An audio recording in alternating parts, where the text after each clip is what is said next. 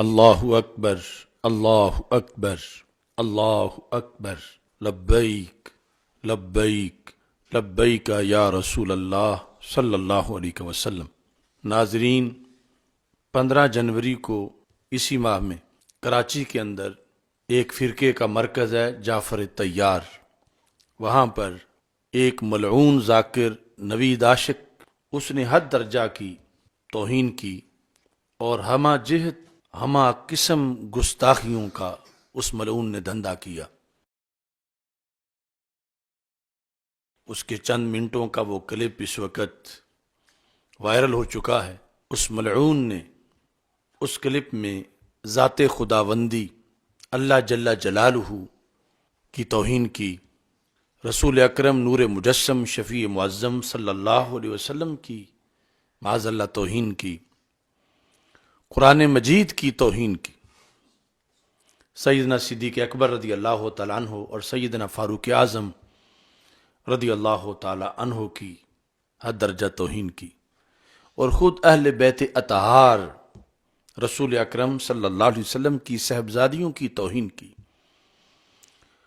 ایسے ایسے لفظ بولے کہ کوئی ہندو، سکھ، کوئی یہودی، کوئی نصرانی بھی اتنے تیر توہین کے نہیں مار سکتا شاید جتنے اس نے گندے لفظ اور توہین امیز جملے بولے۔ اور یہ سب کچھ کہیں وہ تنہائی میں نہیں کر رہا تھا، ایک سٹیج پر تھا، اور سٹیج پر مجلس وحدت مسلمین نامی تنظیم کی ساری مرکزی قیادت بیٹھی ہوئی تھی، تمام شیعہ لیڈر بیٹھے ہوئے تھے، اور سب بالاتفاق اس توہین میں شریک تھے۔ ہم حکومت سے یہ پوچھنا چاہتے ہیں، کہاں ہیں ادارے، کہاں ہے حکومت، کہاں ہے وہ ضابطہ اخلاق، کہاں ہے پیغام پاکستان؟ ان توہینوں میں سے کوئی ایک توہین جو یہاں اس نے درجنوں توہینیں کی، کوئی ایک توہین بھی اتنا بڑا جرم ہے کہ اس انسان کو فوراً پھانسی پہ چڑھانا چاہیے، لیکن یہ درجنوں کے لحاظ سے اجتماعی طور پر توہین کر کے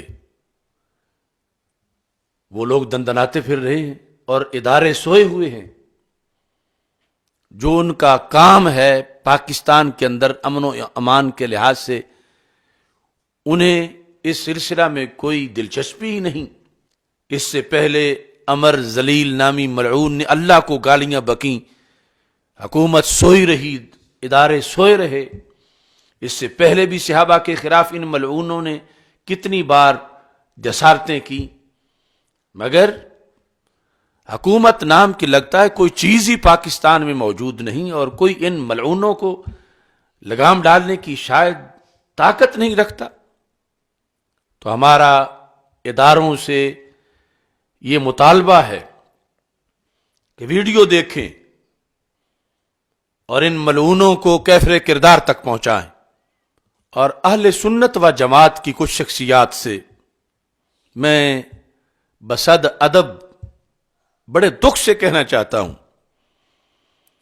کہ روز یہ یاریاں نبھانے کے لیے ان کے ساتھ بیٹھتے اٹھتے ہیں، اور کسی نئے فراڈ کے ذریعے قوم کی آنکھوں میں دھول جھونکا جاتا ہے۔ کبھی کوئی نام دیا جاتا ہے، کبھی کوئی نام دیا جاتا ہے، اور جواز تراشے جاتے ہیں کہ ہم اس لیے بیٹھے تھے کہ یہ کرنا تھا، وہ کرنا تھا۔ ابھی تم اگلے دن ایوارڈ لے کے فارغ ہوئے اور یہ تمہیں جواب مل رہا ہے۔ تقارب ادیان کا یہ طریقہ ہے؟ یہ جو کچھ سٹیج پہ یہ نوید عاشق ملعون بک رہا ہے، کیا یہ وحدت کی تقریریں ہیں؟ یہ ساتھ جو وحدت مسلمین نامی نام نہاد تنظیم کا سربراہ بیٹھا ہوا ہے، اسے شرم نہیں آئی کہ اسے روکتا؟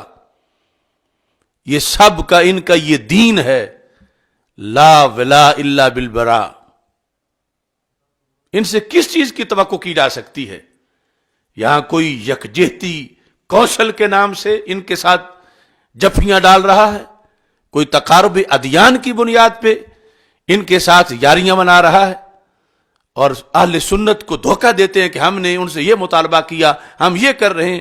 خاک تم نے مطالبہ کیا، یہ تمہیں تحفہ ملا ہے. اب ہمارا مطالبہ ہے تم سے کہ اگر ان کے ساتھ بیٹھے ہو تو اب انہیں پھانسی لگواؤ. اور یہ جو فراڈیے ہیں، وحدت کی تقریریں کر کے روزانہ عوام کی آنکھوں میں تم خواص سمیت دھول جھونکتے ہیں، ان سے پوچھو کہ یہ وحدت ہے تمہاری؟ یہ جملے جو سیدنا فاروق اعظم اور سیدنا صدیق اکبر رضی اللہ تعالیٰ عنہما کے خلاف بولے گئے، جو سرکار کی صاحبزادیوں کے خلاف بولے گئے، یہ کون برداشت کر سکتا؟ تو اس واسطے اہل سنت پہ یہ ایسی جو قیادت ہے رحم کرے.